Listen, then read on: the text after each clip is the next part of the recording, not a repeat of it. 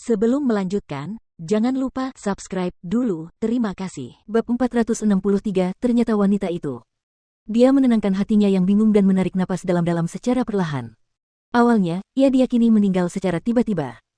Sementara yang lain mengatakan bahwa ia terbunuh oleh gas beracun saat sedang melakukan penelitian obat-obatan.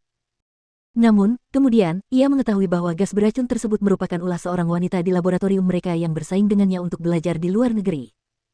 Ya ampun. Kualifikasi untuk belajar di luar negeri. Dia berencana membunuhnya karena alasan yang konyol.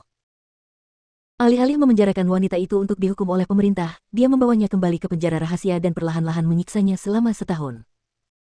Siapa yang berani menyentuh rakyatnya dan tidak mati setelah menderita siksaan? Tiba-tiba dia membuka matanya. Matanya memancarkan cahaya dingin. Itu wanita itu.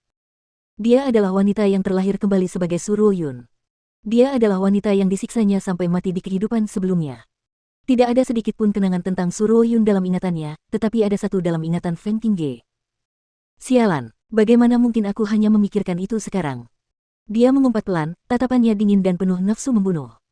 Jika dia tahu bahwa Su Ruoyun adalah wanita di kehidupan sebelumnya, dia tidak akan membiarkannya mati begitu saja.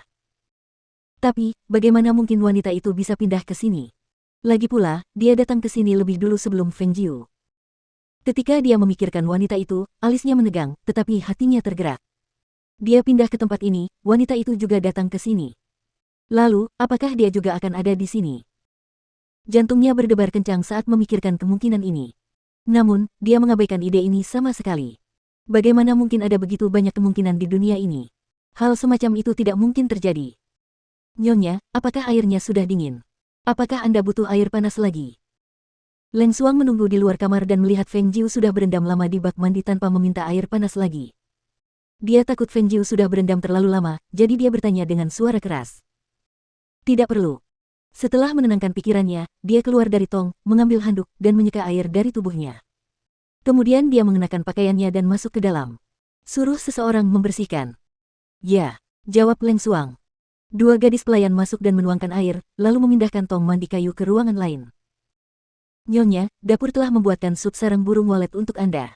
Makanlah dan beristirahatlah. Leng Xuang datang sambil membawa semangkuk sarang burung walet dan membawanya ke Leng Xuang yang sedang bersandar di tempat tidur. Feng Jiu awalnya ingin menyuruhnya untuk membiarkannya makan sendiri. Namun saat dia mendongak, Feng Jiu melihat jejak kekhawatiran di mata Leng Xuang. Dia tersenyum dan menenangkannya, tidak apa-apa. Aku baik-baik saja, aku hanya sedang tidak dalam suasana hati yang baik sebelumnya.